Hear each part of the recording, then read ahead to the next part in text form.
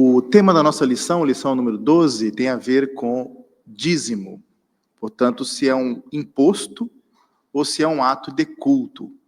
E nesta manhã eu pretendo responder a seguinte pergunta: como a igreja deve arrecadar, levantar o seu dinheiro?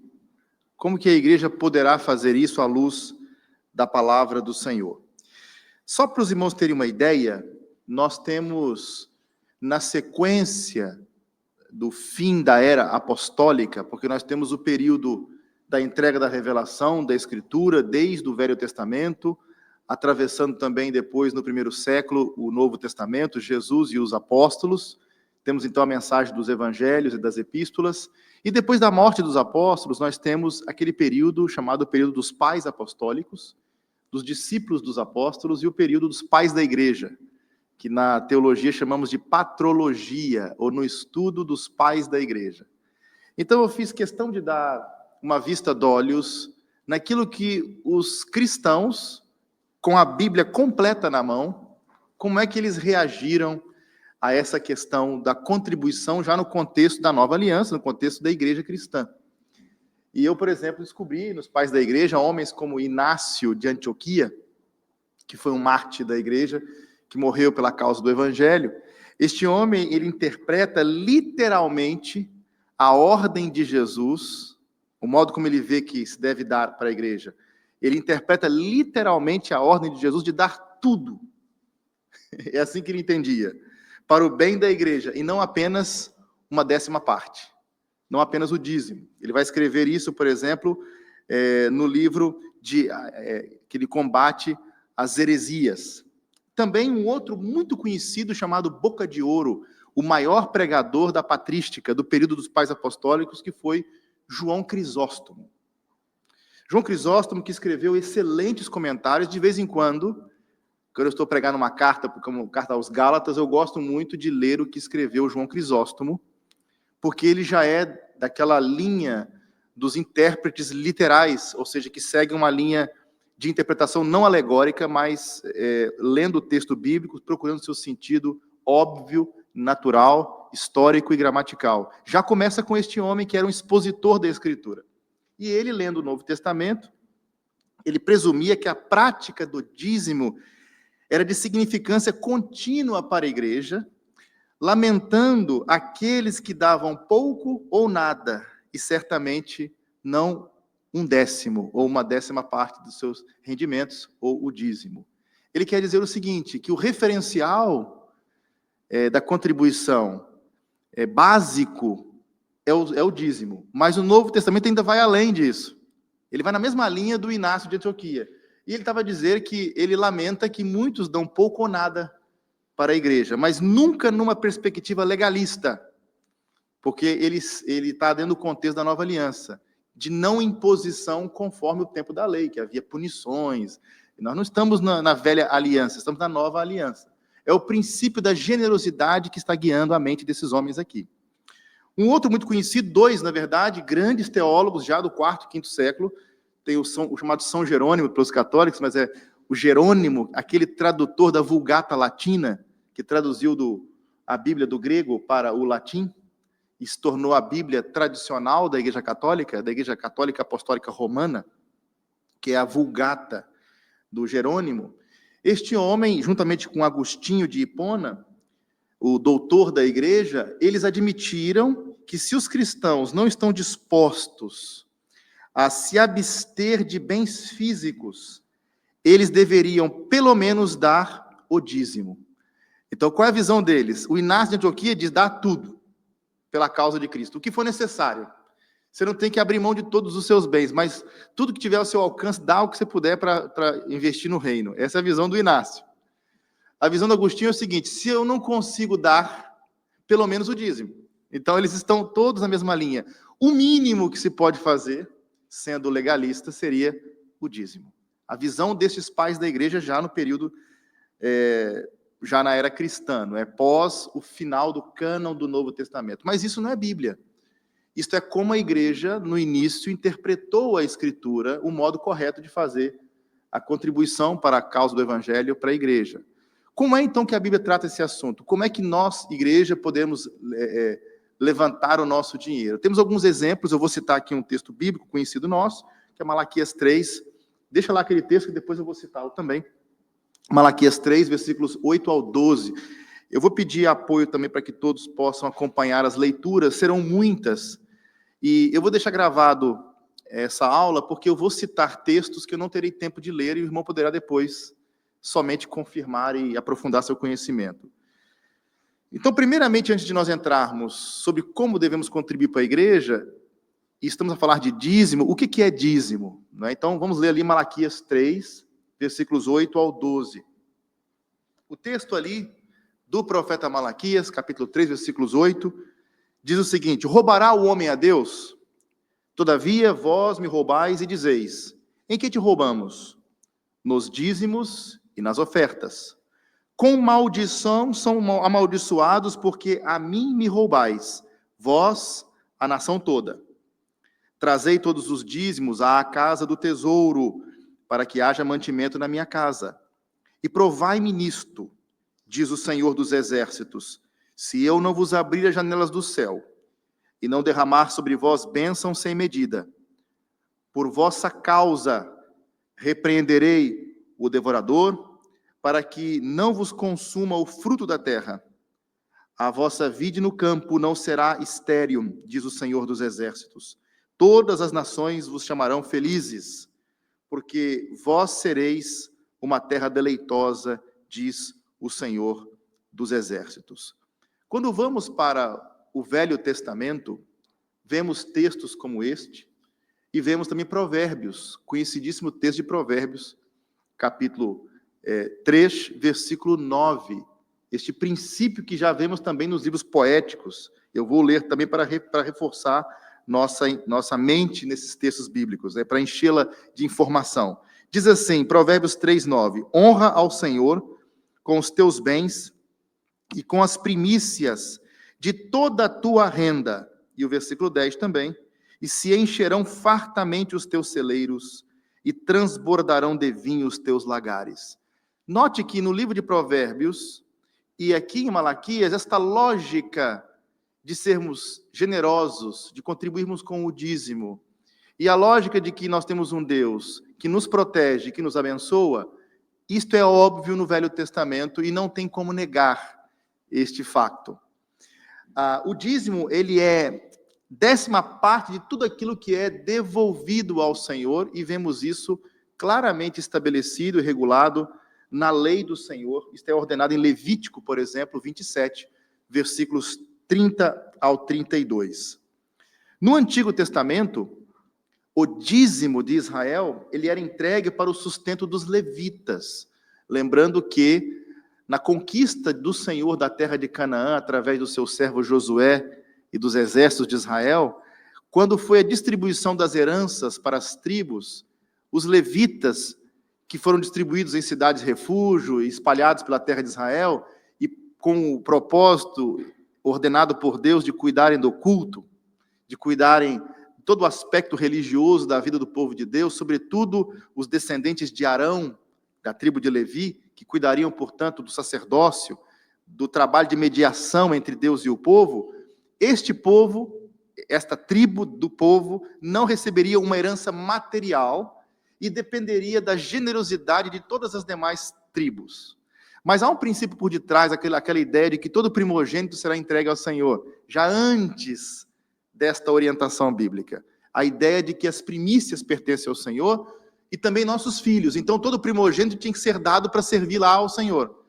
Mas então Deus fez uma mudança. Tudo bem, vocês mantêm o vosso primogênito, resgatem eles como sacrifícios, porque eu vou deixar uma tribo especificamente para cuidar desse aspecto. E foi assim na história do povo do Senhor.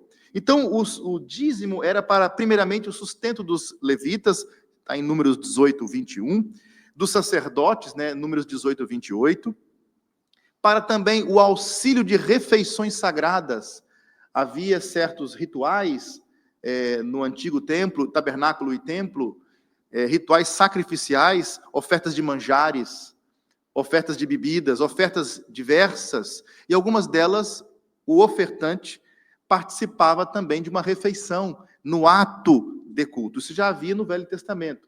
A ideia de comer juntos, de comunhão, de integração das pessoas, já vem já no período do Velho Testamento. Então, parte desses dízimos eram usados nas refeições sagradas. É o que está em Deuteronômio 14, 22 a 27.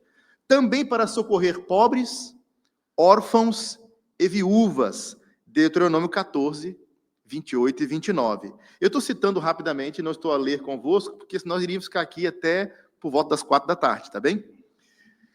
Mas vamos observar o seguinte, o ensino sobre o dízimo, isto que foi lido aqui em Malaquias, foi lido aqui em Provérbios, ele está presente no livro da lei do Senhor, acabei de citar aqui vários textos, nos livros históricos, os irmãos poderão verificar, por exemplo, segundo livro dos Crônicas, capítulo 31, os versículos 11 e 12, Neemias 13, versículos 10 a 14. Então, temos sobre o dízimo na lei, temos também nos livros históricos, temos nos poéticos, foi citado aqui Provérbios, capítulo 3, então o assunto do dízimo também está nos livros poéticos. Nos livros proféticos, foi citado aqui Malaquias 3, não é?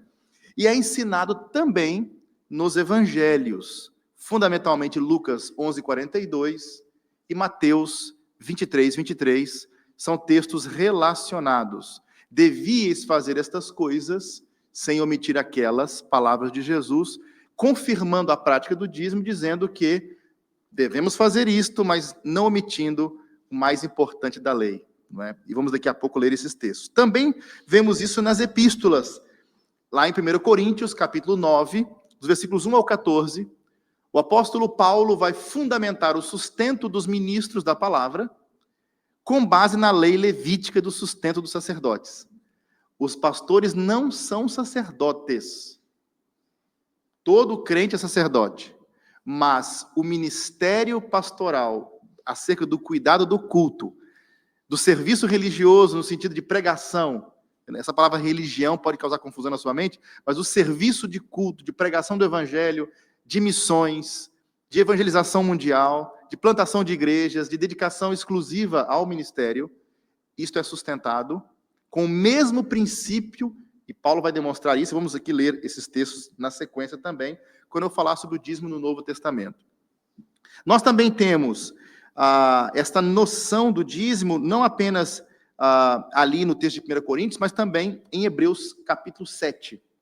Hebreus 7, versículos 1 ao 11, porque o dízimo foi praticado antes da lei, no sacerdócio de Melquisedeque, que é o texto que está ali indicado, Gênesis capítulo 14, versículos 17 ao 24, em que Abraão deu dízimo a Melquisedeque, que é sacerdote do Deus Altíssimo. E ele deu o dízimo por quem Deus é e por aquilo que Deus faz. Como um ato de adoração ele fez aquilo. Abraão deu o dízimo de tudo, os despojos daquela vitória toda, ele fez isso como um ato de culto a Deus. Então, as nossas ofertas e dízimos para a obra do Senhor, na Bíblia, além de ser um ato de fé e de dependência, de confiança na providência e dependência de Deus, é um ato de culto a Deus também. Isto é óbvio no Velho Testamento. Ninguém chegava diante de Deus no culto do Velho Testamento de mãos vazias. Não há nada, não há absolutamente nada no Velho Testamento que as pessoas chegam de mãos vazias. Então, esse conceito de nossas vidas como sacrifício vivo a Deus, que é o nosso culto racional, e nosso envolvimento em todas as dimensões, nossos dons, nossa vida, nossa inteligência, nossos recursos não. Então, por mais que a gente goste bastante do dinheiro do nosso bolso, e que o irmão tenha assim, um apego ao dinheiro, não se engane, não se engane. Daqui a pouquinho, irmão, daqui a pouquinho. Não se engane. Nós precisamos entender que também a área financeira da nossa vida tem que ser convertida. Converter o nosso coração e converter o nosso bolso. Não caia em conversa falsa de pastor que quer roubar você, mas não duvide de uma coisa. Há uma dimensão também material na nossa existência com relação em comunhão com Deus. Se você vê alguém necessitado, se você vê a igreja precisando de ajuda, e você tem a condição de ajudar, e não quer ajudar porque você é avarento, isso é muito estranho. O crente, ele faz a sua parte, ele ajuda. Em toda a história do povo de Deus, sempre houve envolvimento em todas as dimensões, inclusive a dimensão material. Alguns não gostam nem que toca nesse assunto, de tanto que gosta do dinheiro. E eu vou dizer já, se o irmão não quer dar, não dê, porque Deus não vai aceitar mesmo. Se não for de coração, não vale a pena. Eu nem brigo por isso, porque Deus sempre toca no coração de alguém e a obra continua sem problema nenhum. Tem sido assim em toda a história da igreja. Se fosse depender dos que não gostam de dar, nós estávamos completamente destruídos, não é? A lei mosaica, então, esse é o ponto. Antes da lei, então a lei de Moisés não criou o dízimo. Muita gente fala, o dízimo é da lei. Não, mas Moisés, meus irmãos, nasceu 400 e tantos anos depois disso aqui. Pelo menos no momento aqui da entrega do dízimo a Melquisedeque, sacerdote do Deus Altíssimo, neste momento aqui de Gênesis 14, olha, foi 400 e tantos anos depois que Deus entregou a lei, 430, né, de acordo com o texto bíblico. Observando, então, que foi ensinado na lei durante o sacerdócio levítico, é verdade, mas também foi praticado antes da lei e é praticado com base nesta ideia de que Melquisedeque é um tipo de Cristo. E se Melquisedeque é um tipo de Cristo, que está lá em Hebreus capítulo 7, se estamos a dar dízimos hoje, estamos a dar para quem? Para Jesus, que é o sacerdote segundo a ordem de Melquisedeque. Então o dízimo é antes da lei, o dízimo é da lei, o dízimo também continua como prática. Eu expliquei na abertura, os moços que não chegaram aqui, como é que os primeiros cristãos interpretaram o dízimo. Eu citei Inácio, Agostinho, Jerônimo, os primeiros tradutores da Bíblia. Por que eu citei estes homens? Porque eles já viveram depois da Bíblia completinha na mão deles. E como eles praticaram? Eles eram um pouco mais radicais do que nós. Ficou claro para nós que eles eram um pouco mais radicais do que nós. Porque eles enfatizavam que tudo que é nosso deve estar disponível para servir a Deus. Tudo. Toda a nossa vida e tudo que temos, tudo que somos. O mínimo, o dízimo. Essa é a visão deles. E hoje, quem dá o dízimo já é um herói da fé, deve ser coroado e coisas do gênero, né? Bom, vou falar sério. A ideia de contribuir para a igreja, aliás, a ideia de sacrifício, de oferta, já vem antes também de Abraão, porque não podemos esquecer que o primeiro culto relatado na Bíblia fala de ofertas. Capítulo 4, versículo 4 de Gênesis, então temos Abel e Caim, não é? Caim e Abel, vou colocar essa ordem, primeiro Caim, depois vem o Abel. E eles ofereceram coisas também a Deus. Então, essa ideia já vem muito antes da lei. Não cai na conversa de que o dízimo é da lei, porque vem muito antes, já no período dos patriarcas. E também, vamos ver agora, Novo Testamento. Primeiro ponto importante é, tudo que é da lei, que está revogado na Nova Aliança, o Novo Testamento deixa muito claro. Por exemplo, por que nós não sacrificamos animais aqui no culto? Por que nós não apedrejamos pessoas que pecam? Nós praticamos a excomunhão. O princípio continua o mesmo. Os princípios de autoridade na Bíblia atravessam todas as escrituras. Vou dar um exemplo aqui básico para os irmãos. Por exemplo, o Estado e os pais têm um tipo específico de autoridade. Por exemplo, o Estado tem o poder da espada. Nós vemos isso no Velho Testamento, e estava junto com o povo de Deus. No Novo Testamento, o povo de Deus é um povo espiritual e não há uma união entre Estado e igreja. Há uma separação. Mas no Velho Testamento, era uma teocracia. Então, o poder religioso e o poder do Estado andavam paralelos. Então, o Estado tem o poder da espada, tem o poder de impor a sua vontade, tem o poder coercitivo. E só quem tem autoridade é quem pode impor a autoridade. Caso contrário, não tem a autoridade efetiva. O Estado tem. Tem a espada. Senão você vai entrar aqui no castigo, não é? A mesma coisa os pais. No Velho Testamento, a linguagem simbólica. Por favor, não traduza isso para o literal, que é a vara. Os pais têm a vara. Eu não estou dizendo que os pais devem castigar fisicamente seus filhos e bater neles e tal. Estou a dizer que tem o poder de impor limites aos filhos. O filho, eu quero ir, você não vai ficar em casa hoje. Eu quero, você não vai. Eu sou seu pai, você não vai sair de casa hoje, vai ficar quietinho aqui. E o menino de 7 anos fica, não, vai ficar lá, ficou lá. O pai impôs a sua vontade, sim ou não? São autoridades, não é isso? E o pastor, por exemplo, o pastor da igreja e o marido, porque a lógica marido e pastor está dentro da Bíblia, que governa a casa, para governar bem a igreja e tal. O pastor pode impor a sua vontade? Não. O marido pode, a esposa, você não vai sair de casa hoje. Eu vou, ele segura ela força e põe ela no quarto e tranca a porta. Ele não pode fazer isso. Biblicamente falando, ele tem autoridade, mas ele não pode impor. Ele tem autoridade de conselho e não autoridade para impor. Estou resumindo aqui que tem coisas do Velho Testamento e princípios que atravessam toda a Bíblia. Só que o modo de aplicar esses princípios tem coisas que se repetem, continuam, e coisas que mudam. Então não temos sacrifício de animais porque Jesus é o sacrifício perfeito, completo e definitivo. Único para sempre, capítulo 9 da carta aos Hebreus. Lendo a carta aos Hebreus e comparando com o livro de Levítico, os irmãos vão perceber que todo o ritual de culto do Velho Testamento que aponta para Cristo se cumpriu nele. Ele trouxe a sua concretude, o clímax, o telos da lei é Cristo, não de que a lei acabou quando Cristo chegou, é de que a lei cumpriu-se nele, efetivamente. Só que a questão do dízimo, ela não foi revogada no Novo Testamento, porque na Nova Aliança continuamos a ter necessidade de dinheiro para fazer as coisas funcionarem neste mundo, sim ou não? Então, esses princípios continuam, e como eles são aplicados, há mudanças. Então, Jesus ele não veio para revogar a lei, mas para cumpri-la. Vamos ler isso na Bíblia? Mateus 5,17. Um dia, um irmão falando sobre isso, perguntou, então, pastor, então você apedreja, manda apedrejar seus filhos quando são desobedientes? Ele disse, mata os filhinhos desobedientes, rebeldes. Eu digo, eles merecem isso. É o que diz a Bíblia. Só que no Novo Testamento nós não praticamos mais esse tipo de punição. Então, se um filho espanca o seu pai, nós vamos denunciá-lo para a justiça e ele vai ser preso. Está lá a vovozinha, levou um pontapé, quebrou as costelas da vovozinha, o filho. E nós estamos ali assistindo aquela cena. Ai, vamos orar. Não, polícia. Pelo amor de Deus. Leva esse homem para a cadeia. Ele vai ser punido de acordo com a lei. A lei naquela época matava filhos que faziam isso. Mas merecer morrer, merecia. Só que a lei é essa, vamos seguir a lei.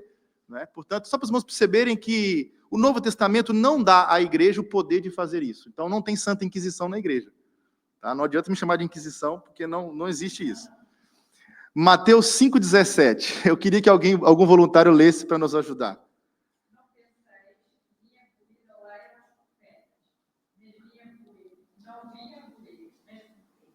Ele não veio abolir a lei, mas para cumprir a lei.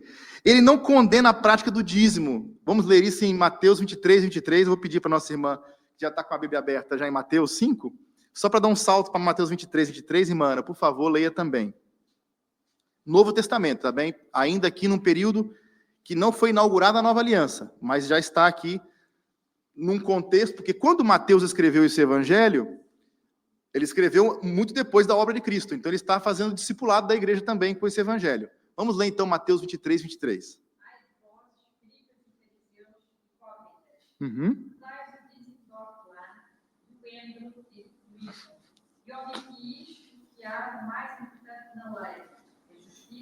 Misericórdia e fidelidade. Devias fazer estas coisas sem omitiridade. Justiça, misericórdia, fé ou fidelidade, tá? Pistes aqui no grego. Justiça, misericórdia e fé. É o principal da lei. Então, se a lei acabou, se estamos desobrigados do dízimo, porque é da lei, também estou desobrigado de praticar a justiça, a misericórdia e a fé. Mas não foi isso que Jesus ensinou. Ele disse, vocês deviam fazer essas coisas, isto é, dar dízimos, mas não omitir o que é mais importante. Então, dízimos não é o assunto mais importante da igreja. Outro ponto importante, fundamental, é que a nossa contribuição para a obra do Senhor deve fluir da nossa espiritualidade e da nossa caminhada com Deus. Deve fluir disso. Eu li um relato de um pastor, não é de Moçambique, é de um país ali ao sul, perto da África do Sul, que certa feita ele recebeu a visita de um diácono na sua casa, que veio para cobrar o dízimo de seu pai, que já não aparecia na igreja há 3 meses. Então veio o diácono e perguntou assim, você não entregou o dízimo, já tem 3 meses. Então eu vim aqui porque a nossa igreja tem dificuldade, você tem que dar o seu dízimo. E o pai dele fez um esforço enorme, reuniu o dinheiro todo e entregou o dízimo. Mas aquele jovem, que hoje é um pastor, ficou escandalizado, porque o pai já não ia há 3 meses à igreja e o pastor não estava procurando saber nada sobre a vida espiritual dele, mas estava muito interessado no dízimo dele. Isto é escandaloso, meus irmãos. Isto é escandaloso. Então, o evangelho não ensina isso, que deve fluir da nossa caminhada com Deus.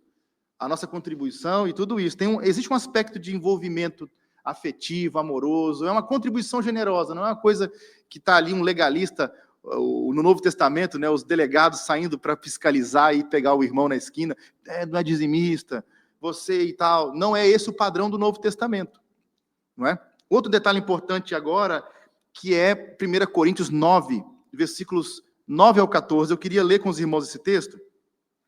Muito interessante. Eu vou pedir o auxílio aqui, por exemplo, do nosso irmão João, para fazer a leitura de Levítico 6, 16 e 26, irmão João. E outro irmão vai ler, então, 1 Coríntios 9, versículos 9 a 14. E também, vamos lá ver, Pastor Mário Jorge, Deuteronômio 18, o versículo 1. Por que eu vou ler esses textos relacionados? Porque tem certas medidas que o apóstolo Paulo, na qualidade de líder da igreja em Corinto, palavras que Paulo disse e escreveu na primeira carta, que o contexto doutrinário e o que Paulo está buscando como citação, como eco, como alusão, são textos que já estão escritos no Velho Testamento. Então você encontra no Novo Testamento citações do Velho Testamento. Então Paulo, cristão, para a igreja cristã de Corinto, vai fazer doutrina sobre sustento dos pastores com base em textos do Velho Testamento. Como é que ele faz isso? E é como nós vamos fazer também. Vamos lá. Então, eu peço ao irmão que leia um voluntário aqui, 1 Coríntios 9, do 9 ao 14.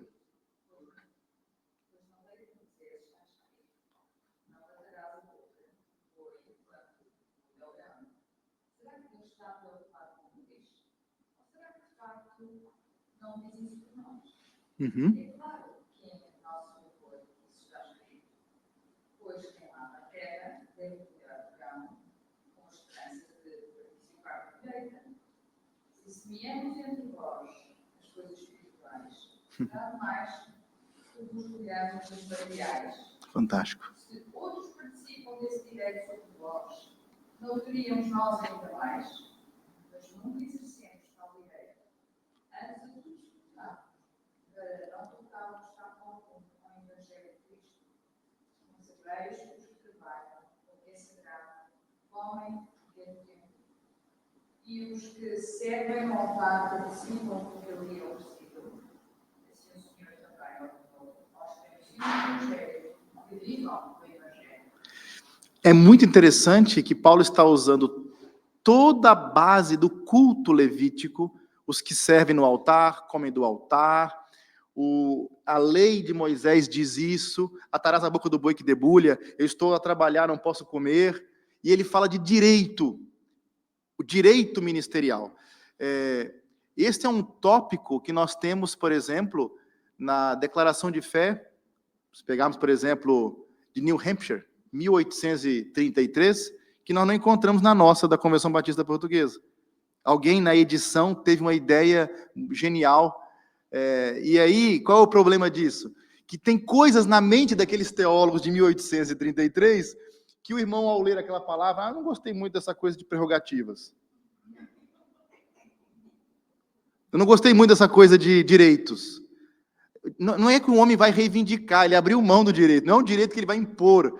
Mas temos que entender que os que servem no altar, os pastores, têm o direito de serem sustentados pela igreja. Isso está na Confissão de Fé Batista de 1689, de um modo claro, completo e extraordinário, já no início da obra dos batistas, porque é um princípio cristão. E Paulo está dizendo, olha, eu abri mão, mas uma coisa é certa, será que só Pedro pode levar a esposa?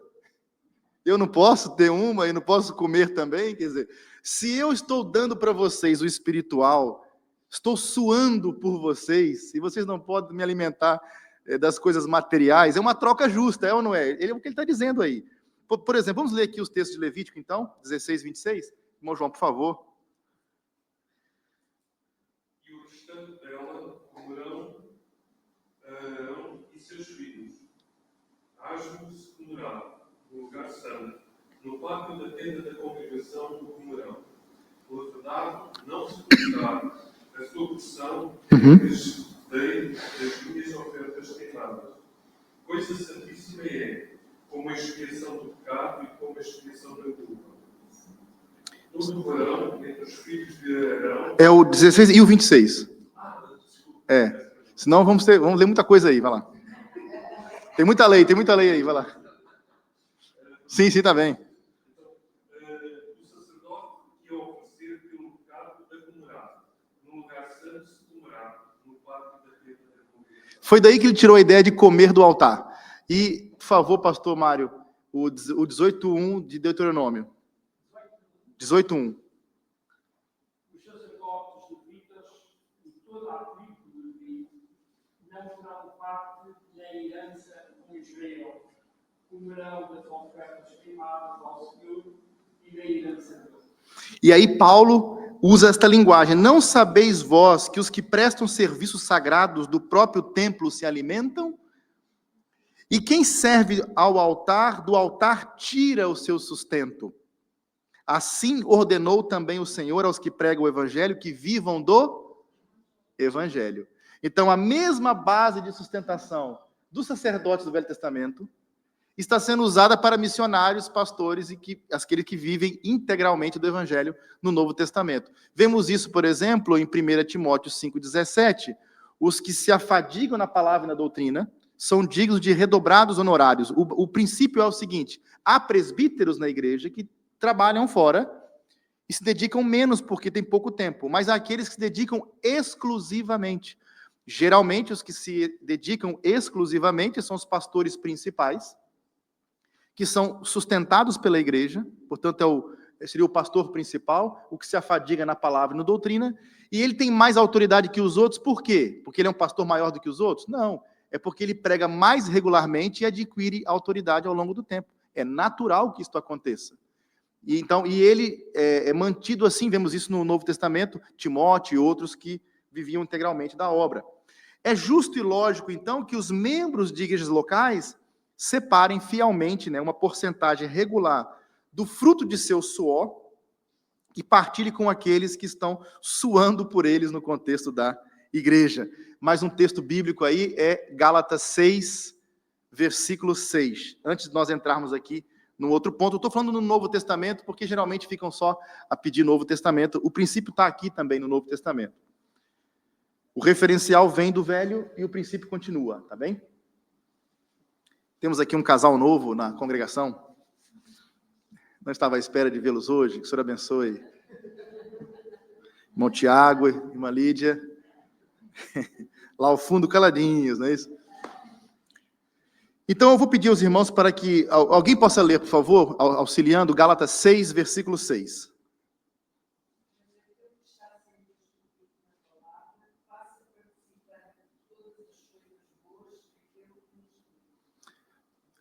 A irmã pode ler de novo e alto, assim, para a gente... Assim.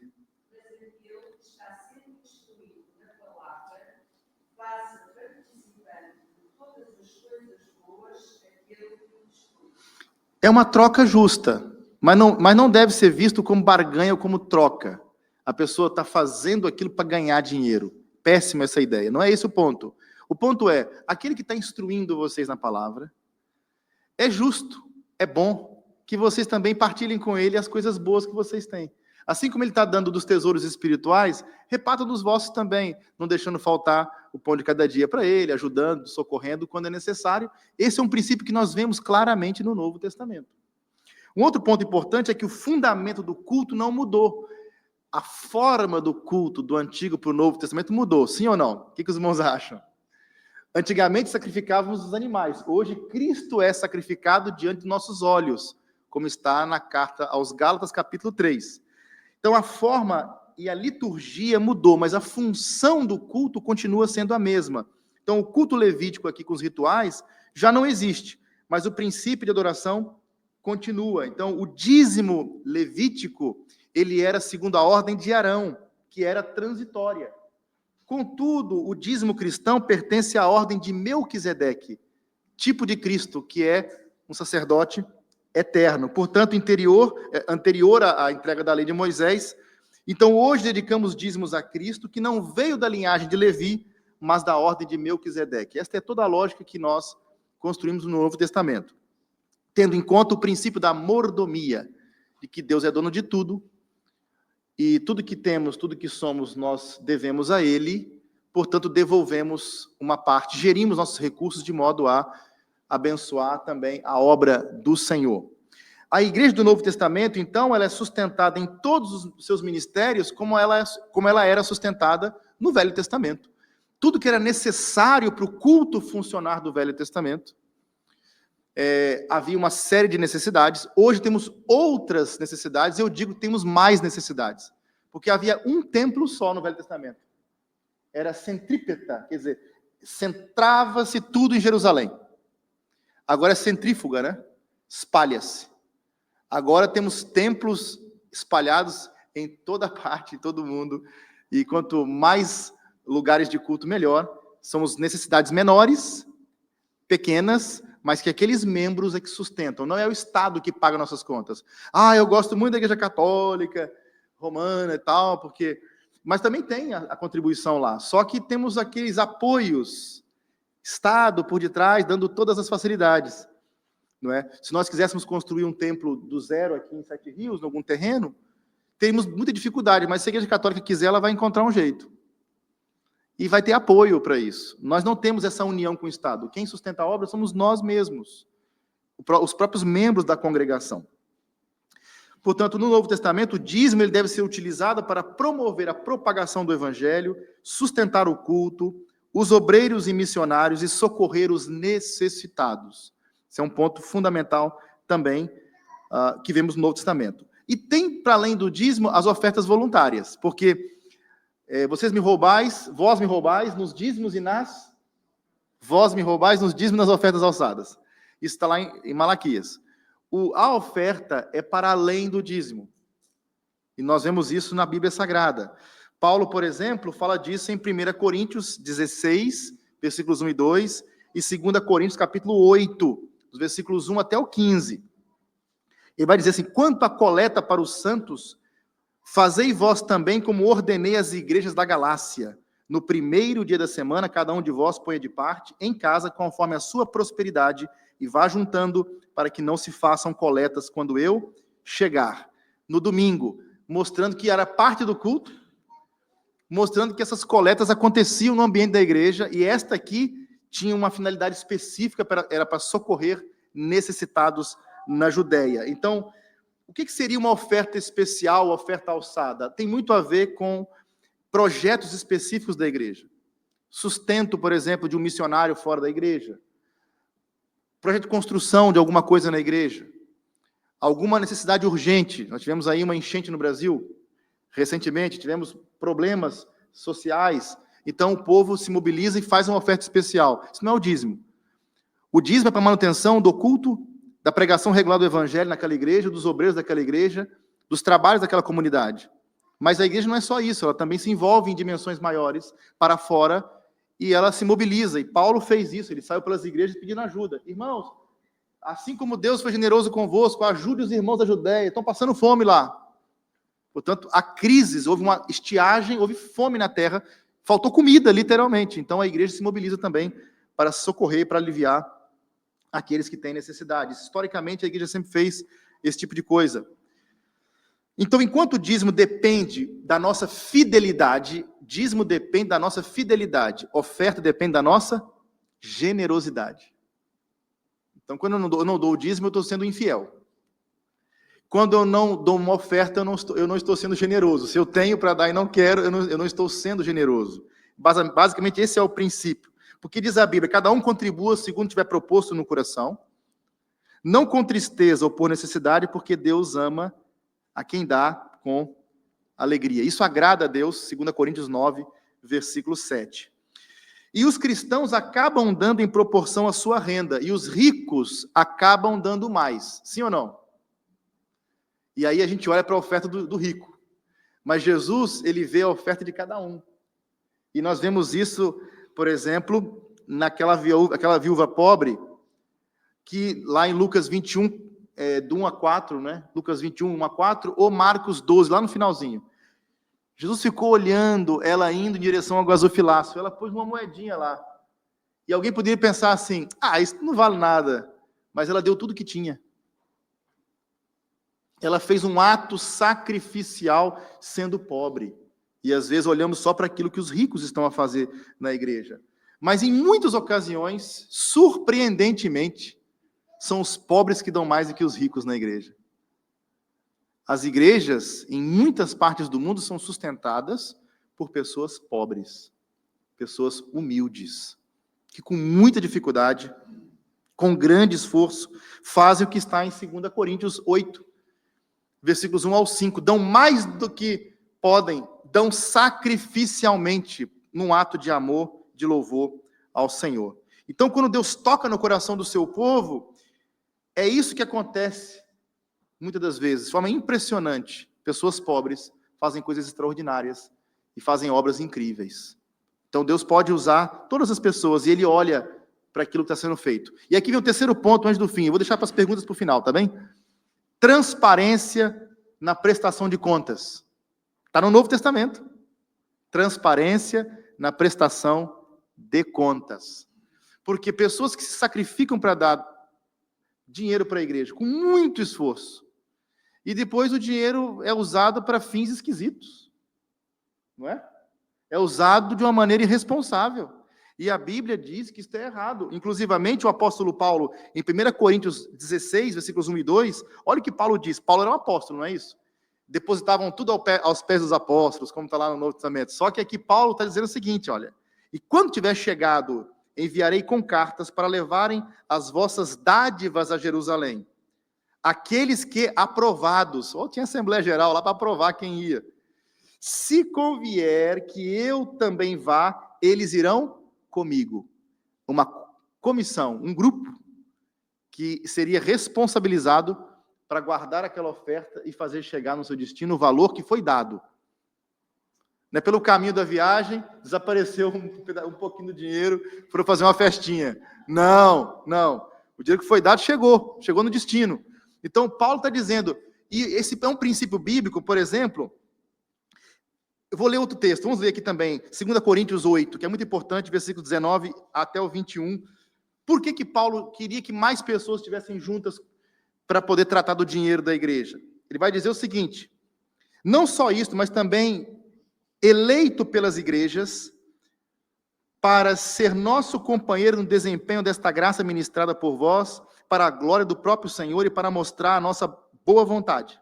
Enviando assim que alguém evitando assim que alguém nos acuse em face desta generosa dádiva administrada por nós.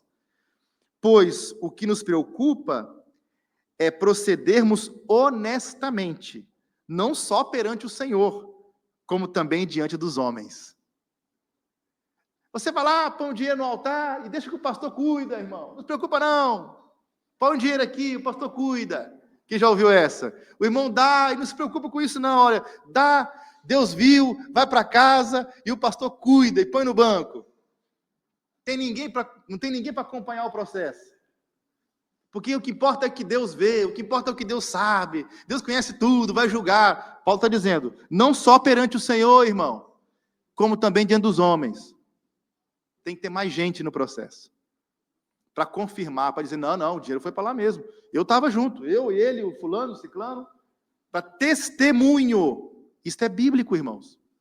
Porque a palavra do pastor vale, mas tem que ter testemunha diante dos homens também. Se não fizermos assim, vamos ficar em situações difíceis. Né? Então, embaraçosas até. Portanto, isso é bíblico, está tudo no Novo Testamento. É só ler com atenção e focarmos nisso. Portanto, devemos ter sistemas básicos de prestação de contas na igreja que tornem impossível nos apropriarmos dos fundos sem sermos descobertos imediatamente. O pastor tirou ali um cadinho, é o tesoureiro, sei não, hein? Irmão fulano, eu contei lá, tinha 150, só apareceu 80 lá agora. Estava o pastor lá com aquilo e tal, mas não vou julgar, né? Não vou julgar porque o Senhor conhece o coração e tal. Aí passa uma semana, desaparece mais um bocadinho. Aí o povo, bom, vamos nos reunir aqui com esse colega que tem alguma coisa de errado. O que está acontecendo, pastor? Ô, irmão, sabe, eu estou sem dinheiro lá em casa. E não atarás a boca do boi que debulha. Pois, pastor, mas é assim, o irmão tem que ser honesto. Porque aqui diz, claramente no texto, procedermos honestamente. Essa parte eu tinha esquecido, irmão. Pois, então lembra, irmão. E aí a igreja vai decidir o que vai fazer, se vai perdoar ou não. É uma situação muito difícil, tá? Muito difícil. Quando tem dificuldade na área financeira, quando tem dificuldade na área sexual, pode vir uma irmã ou coisa do gênero. Meus irmãos, a igreja é intolerável, essa é a verdade. Perde-se a confiança, é uma situação que é muito difícil. Eu estou falando isso porque, biblicamente, são coisas graves e princípios que não podemos fugir. Eu estou colocando questões difíceis aqui para os irmãos. Bom, finalizando então, 4 princípios que eu queria destacar para os irmãos. Primeiro princípio básico, a Bíblia. A atitude cristã em relação a dar deve ter em conta o referencial do Velho Testamento, porque o dízimo está lá, não é? O mínimo que seria, mas a nossa atitude deve ser definida pelas prescrições e exortações do Novo Testamento, de Jesus e Paulo, e não com uma atitude legalista. E não com aquela ideia do Jacó. Eu faço um voto aqui agora, Senhor. Eu vou te dar o dízimo e o Senhor me abençoe onde quer que eu vá. Então eu faço aquela trocazinha, né? Eu acho que individualmente o irmão pode fazer isso. Sinceramente. O irmão pode ter lá um valor em dinheiro que o irmão queira com Deus, e ninguém precisa saber, ofertar isso, e eu creio que Deus abençoa. Eu creio que Deus responde atos de fé assim, promessas de fé, votos que o irmão faça. Mas não é uma coisa que podemos impor na igreja. Vem aqui, joga tudo sobre o altar, e a porta vai se abrir, e aquela conversa toda, que já ouviu isso assim. Eu estou usando a linguagem um pouco parecida, para o irmão se lembrar daqueles canais de televisão que andam por aí, né? Bom, o princípio da mordomia. Deus é a fonte de todas as bênçãos temporais e espirituais. Ele é o dono do ouro e da prata. Então, ele nos dá tudo. Então, o dízimo é o reconhecimento. O que o dízimo é? O reconhecimento simbólico de que tudo que temos pertence a Deus. Então, na devolução do dízimo, estamos a dizer o seguinte: Deus, eu dependo de Ti. É o Senhor que me sustenta. Eu creio que esse emprego está aqui porque o Senhor me abriu a porta. Eu creio que eu estou aqui com saúde porque o Senhor me deu ela. E eu quero um ato de gratidão, de fé, generosidade, corresponder com o meu dízimo. Portanto, é um ato simbólico que representa essa parte que representa o todo. Tudo é dele, e eu estou devolvendo uma 10ª parte, dizendo, tudo que é meu é seu, é o Senhor que me deu, e eu sou grato a Ti por isso. É um ato de fé. Mas eu não creio nisso. Ninguém vai te perseguir. É a sua consciência com Deus. Agora, a palavra de Deus diz isso. Um outro ponto importante é a espontaneidade também. Não com constrangimento, mas com alegria. Então, o mais importante é sem exigir nada em troca, né, o que seria, mas as contribuições devem ser voluntárias e devem ser generosas. Então, nós somos abençoados não porque contribuímos, nós contribuímos porque somos abençoados. Então, a contribuição financeira dos crentes, como eu disse, tem que ser o transbordamento da nossa vida espiritual. E o princípio da proporcionalidade. Aqui está um ponto do Novo Testamento que confirma a ideia de percentual, de porcentagem. Por exemplo, as contribuições da Igreja do Novo Testamento foram feitas no domingo, né? Portanto, é um ato de culto. Paulo ensina que temos que contribuir conforme Deus permitir que prosperemos. Cada um contribui de acordo com a sua prosperidade. Então, a ideia de proporcionalidade. O que nós vemos na ideia do dízimo do Velho Testamento? Que todo mundo contribui igual, seja rico, seja pobre. É uma base de porcentagem, de proporcionalidade. Então, a Bíblia ensina que o povo deve contribuir com frequência, generosidade, proporcionalmente, como Deus tem dado. 1 Coríntios 8, versículo 11. Então, o nosso referencial básico mínimo é o dízimo do Velho Testamento. A liturgia da igreja também inclui o ato de contribuir. Eu tenho agora que trabalhar isso numa congregação, né, que nunca teve levantamento de ofertas na história, desde a sua origem. Fica uma caixinha lá no canto, e os irmãos vão lá e voluntariamente põe lá o que quiser. E as pessoas contribuem, são generosas, vão lá e colocam na caixinha, mas não tem no ato do culto em si. Estão excluindo do culto. Então é o quê? É uma coisa que não tem valor de culto? Não. É um ato de culto também. Contribuir com as nossas... É como se a parte financeira fosse uma coisa não espiritual. Não, pastor, isso não é espiritual. Toda a nossa vida tem uma dimensão espiritual, inclusive essa noção de contribuição, porque quando nós estamos a trabalhar o dízimo, estamos fazendo contas, não é? Contas e tal. Então, isso aí é uma coisa que é muito carnal, é muito racional. Você usou calculadora, isso não tem... Deus não está nisso, pastor. Não, também está. Quer dizer, nós entendermos que Ele requer de nós a nossa generosidade. Eu tive que falar bastante, não é? E não deixá-los falar, porque eu queria concluir o assunto. Mas eu queria deixar para perguntas aqui rapidamente, porque é um assunto que mexe conosco. Por favor, irmãos, alguma dúvida ou alguma coisa que gostariam de acrescentar? Porque eu tenho uma ainda, mas por favor. Sim, irmão João.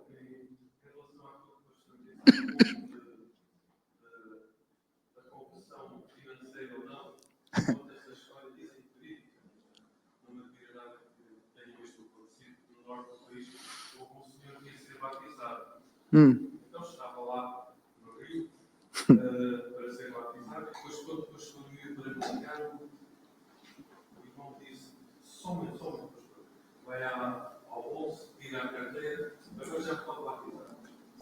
Ok. Sim, a carteira nunca vai no bolso quando batiza. Então eles não batizam a carteira, né? Eles vão estar contando piada.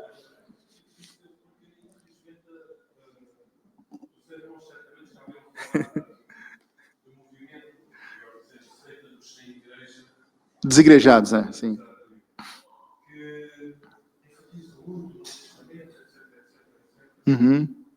Mas, curiosamente, para certas e determinadas coisas que lhes convém, utilizam o Velho Testamento. E um dos versículos que gostam muito de utilizar é Isaías 56, 11, diz o seguinte: e estes cães são gulosos, não se podem fartar, e eles são pastores que nada compreendem, todos eles se tornaram para o seu caminho, para cada um para a sua ganância, cada um do seu lado. Só que, infelizmente, como muitas pessoas, pessoas que não conhecem a Bíblia, como os católicos, começam a generalizar bastante. E eu, de vez em quando, troco umas palavras com eles e pergunto-lhes, sim, agora diga-me uma coisa, e pode mencionar na sua próxima comunicação todas as passagens bíblicas do Velho Testamento que mencionam os pastores? Então, o senhor não conhece a Bíblia? Quer dizer... Tem uma mais dura que essa, que é Ezequiel 34. Essa é fraca ainda. Tem coisas mais duras para os pastores. Tem uma que fala que come da gordura, que esfola as ovelhas. Tá tudo isso aí. Sim.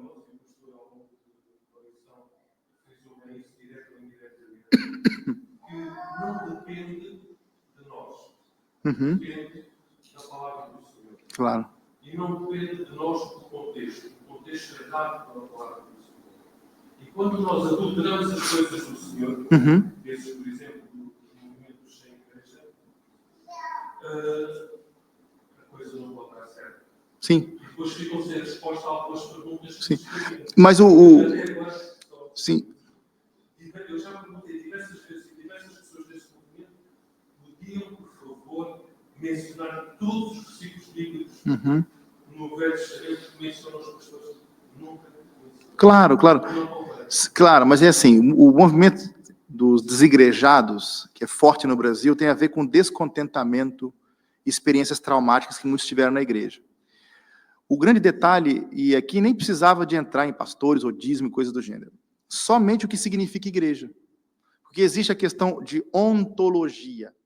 O que as coisas são? Então, o estudo do ser. O que é a coisa? O que igreja é? Igreja é eclesia. É uma assembleia de pessoas reunidas, e de vez em quando diz assim, no mesmo lugar, e no mesmo lugar, e no mesmo lugar. Então, a igreja não é só uma reunião de pessoas, mas ela não é menos do que uma reunião de pessoas. Então, se eu não estou reunido com a igreja, se eu não me reúno com a igreja, se eu não posso dizer, estes são os meus líderes, este é o pastor da igreja que eu frequento. Então, quando obedecer aos vossos pastores, qual é o seu pastor, irmão? Ah, não, eu estou aqui num grupo, é o Espírito Santo. Não, peraí, amigo. Qual é a congregação que o irmão está? Ah, lá em casa eu meto o ecrã e assisto o Gran Conato. Bom, você está fora, meu querido irmão, do princípio fundamental do que a igreja é.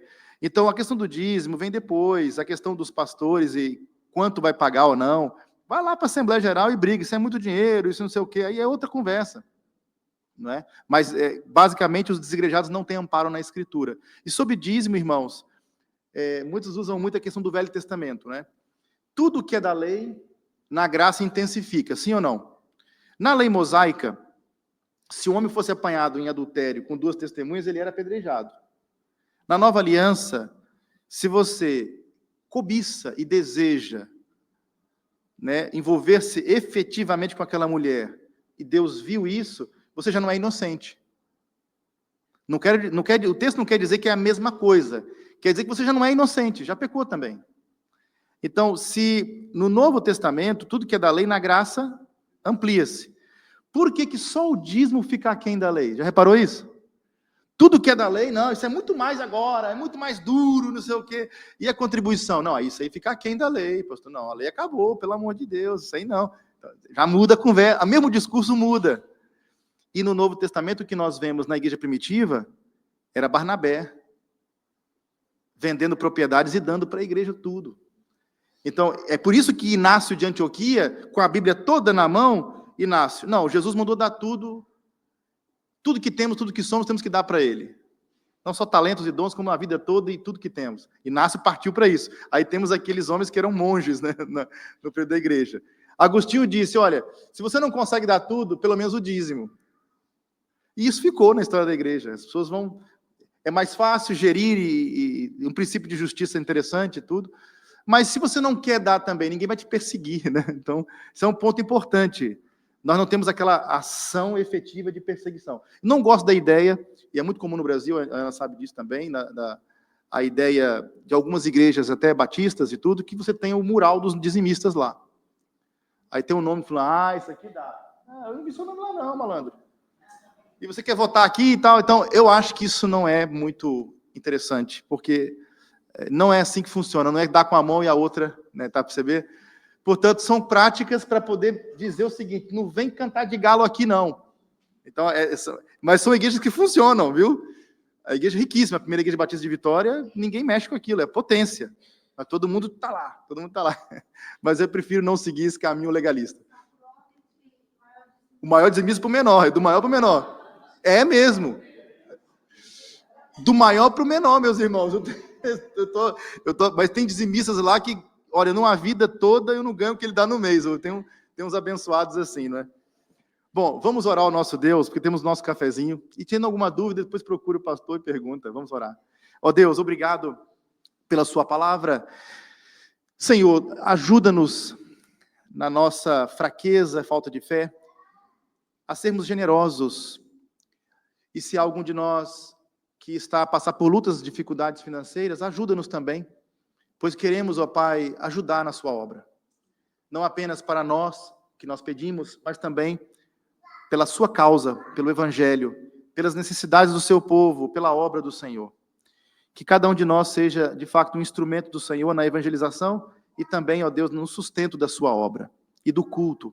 É o que nós te pedimos, sendo gratos, ó Deus, a Ti por tudo que já temos recebido do Senhor. O Senhor tem cuidado de nós, tem nos abençoado e nós te louvamos por isso. Em nome de Jesus. Amém.